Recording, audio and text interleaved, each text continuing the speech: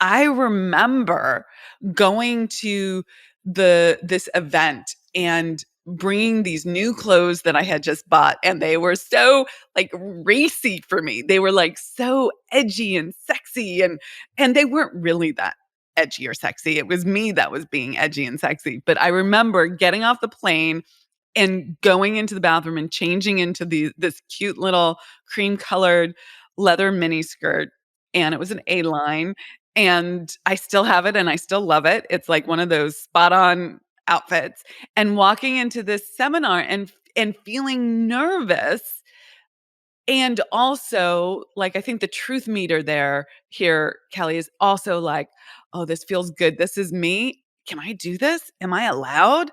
Am I allowed to be who I truly am?"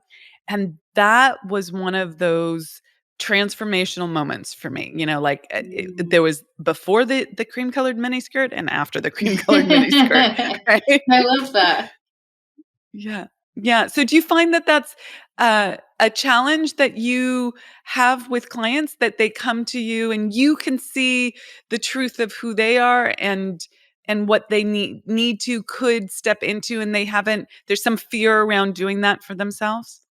Absolutely. And it's just, it comes with experience. I have a business coach, a mindset coach, and at the end of the session, I always say to him, how did you manage to unravel all of that? How did you manage to unpack all of that? And he said, it's exactly the same when you go and work with a client on their brand or on their personal style, and you can do it so quickly.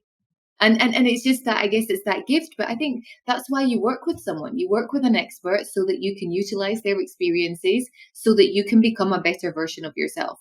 And I think that can be in all areas of things that you do, whether that's health, fitness, anything that's just something you don't spend a lot of time in. There's someone out there that can do it way better than you. And I think it's how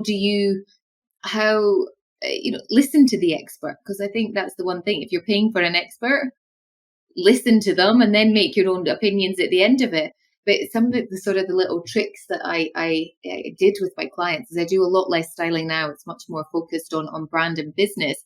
But I would kind of give them an outfit and I'd be like, try it on. And I'm going to go out and get some other bits and I'll be back in just a minute or two. And I know they'd kind of see them looking at an outfit, go, I don't think that's me. And then I'd let them look in the mirror and in this mirror and then in that mirror. And then by the time I got back, I'd be like, how is it? I actually quite like it. That's what people would say. And they just need to, in the mirror, when you look the first time when you're wearing something completely different, the automatic opinion is that's not right. That's not me, because the brain isn't registering. But I was like, no, look in this mirror. Now look in this mirror. Okay, try a pair of shoes on. And then it's kind of like the longer they stay in an outfit, they're like, oh, actually, this person looking back at me, I kind of like this look. And that would be kind of one of the ways that those that are maybe a little bit reluctant to be open to change. And then once you've got them in the first outfit or the first couple of outfits and you've built the confidence with them, like, okay, I completely trust you. I'm totally in your hands. Then it's like putty. It's easy. It's really easy. I love that. So let's segue from there to personal brand. So how did you make the shift from stylist to personal brand, and what do you think the connection is, and how do you work the two together? It's a really interesting question because I was in the styling industry for 15 years. So I've been in the fashion industry for more than 20, but personal styling, I set up the Middle East first shopping and styling service. And it was an exciting time in the UAE and in Dubai. And there was nothing like that here. And it was, educating women on, how the Middle East is quite a dressy place. And, people would come from Europe and America and they'd be like, oh, I don't know how to dress here. I don't know how to dress up. I'm used to wearing linen trousers. What do I wear? So that was a really interesting piece in growing the business. But after 15 years, evolution, I was so interested in growing a business. I had worked with a coach. I invested a huge amount in my understanding of how to be a better person. I was then able to coach and mentor other people. When we were out styling, I'd be like, tell me about your business. And then they'd tell me about their business. And I'd have so many ideas on how I could support them. So there was a natural sort of transition into supporting other women in business. through the personal style. And it wasn't until I sold the personal styling business and I knew I was ready for something else. And I had a personal brand.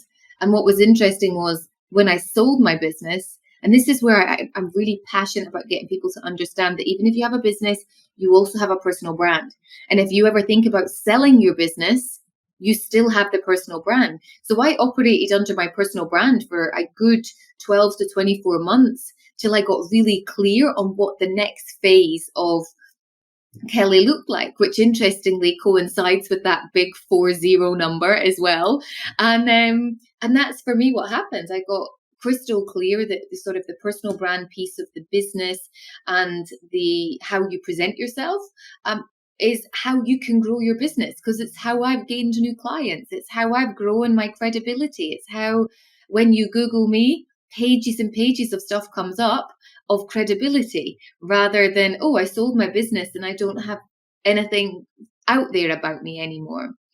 So that was kind of where the transition has been. KellyLoombergOfficial.com is my sort of umbrella, which everything goes under, from speaking to books to charity work. To want to work with me, here's the link. But then I have my business, which is Brand New Creators, which is where you will find my team and everything that we do and how we work with entrepreneurs and CEOs and how we identify their online and offline credibility. When you're ready for freedom, you find the courage to scale. And you better get ready for our next The 7 Laws to 7 Figures Summit, which is going to be off the charts. Join me this November for an electrifying 3-day online event where female entrepreneurs from all over the world gather together to learn how to scale their business and unlock the freedom that they desire. And a special offer for all podcast fans. Get your seat today using the link theunstoppablewoman.com/breakthrough and save 80% off of your ticket purchase. Bye for now and see you there.